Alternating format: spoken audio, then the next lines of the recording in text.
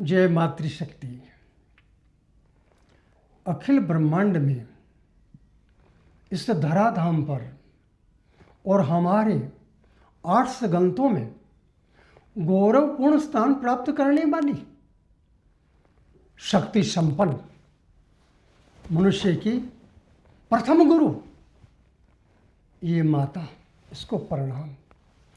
आप विचार करके देखें कि आपके यहाँ पर जब पुत्र का जन्म होता है तब आप अपने कर्तव्य का पालन तो कर रही हैं ना।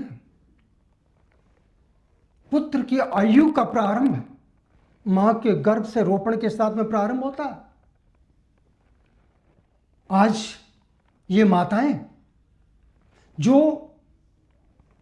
अनेक रूपों को धारण करने वाली है, संसार के जितने संबंध है उतने ही रूप हैं, परंतु ये अपने वास्तविक रूप को भूलती जा रही है।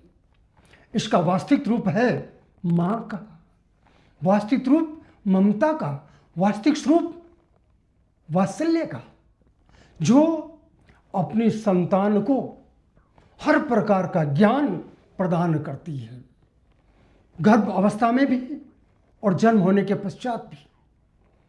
क्या आज वो अपने कर्तव्य का पालन कर रही है?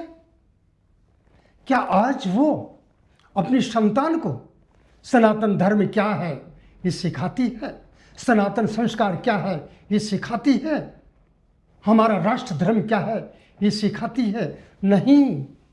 आज तो वो परिवार को छोड़ करके परिवार के बाहर में जाकर के सुख खोजती है, जबकि वास्तविकता ये है माताओं का सुख सिर्फ संतान में है। जितना संतान से वो वात्सल्य प्रेम देगी उतना ही उसके जीवन में सुख का समुद्र लहराएगा।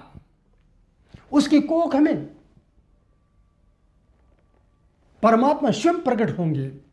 उसकी कोख में आने के लिए देवता तरस रहे हैं, उसकी कोख में आने के लिए संत महात्मा तरस रहे हैं, उसकी कोख में आने के लिए वीर वीरांगनाएं तरस रही है। मगर आज ये माँ अपने कर्तव्य को भूलती जा रही है।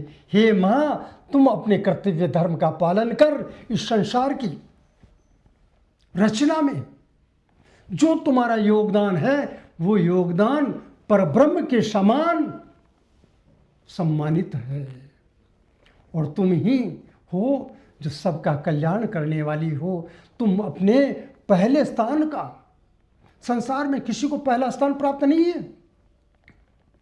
ब्रह्मांड में परब्रह्म पहले स्थान पर है, मगर संसार के अंदर में पहले स्थान पर केवल और केवल मां है। तुम अपने स्वरूप को पहचानो और अपनी संतान को योग्य बनाओ। यही तुम्हारा कर्तव्य है। संसार की विलासिताओं के पीछे दौड़ना, ये अनेक प्रकार की रीलें आदि के पीछे दौड़ना, ये तुम्हारा कर्तव्य नहीं है। तुम्हें बहुत ही बड़ी सम्मान, बहुत बड़ा उच्च पद पहले से प्राप्त है। वो इतना बड़ा प्राप्त है जिसके सामने आज जितने भी वर्तमान समय के सांसारिक पद हैं सब गौण हैं, सब बोने हैं। तुम अपने उस सर्वोच्च शिखर के पद को पहचानो और अपनी ममतामयी कृपा के द्वारा संतान को योग्य बना करके सनातन धर्म को बचा लो, राष्ट्र को बचा लो, संस्कारों को बचा लो। हे माँ, मैं तुम्हें पुनः बार बार वंदन करता हूँ। हमारे धर्मग्रंथ यही कहते हैं, इसलिए मैं भी यही कहता हूँ। तुम सदैव पूजनीय हो, पूजनीय थी और पूजनीय रहोगी, मगर अपने कर्तव्य का पालन करो। उसको भूलो नहीं, उसको भूलो नहीं, उसको भूलो नहीं।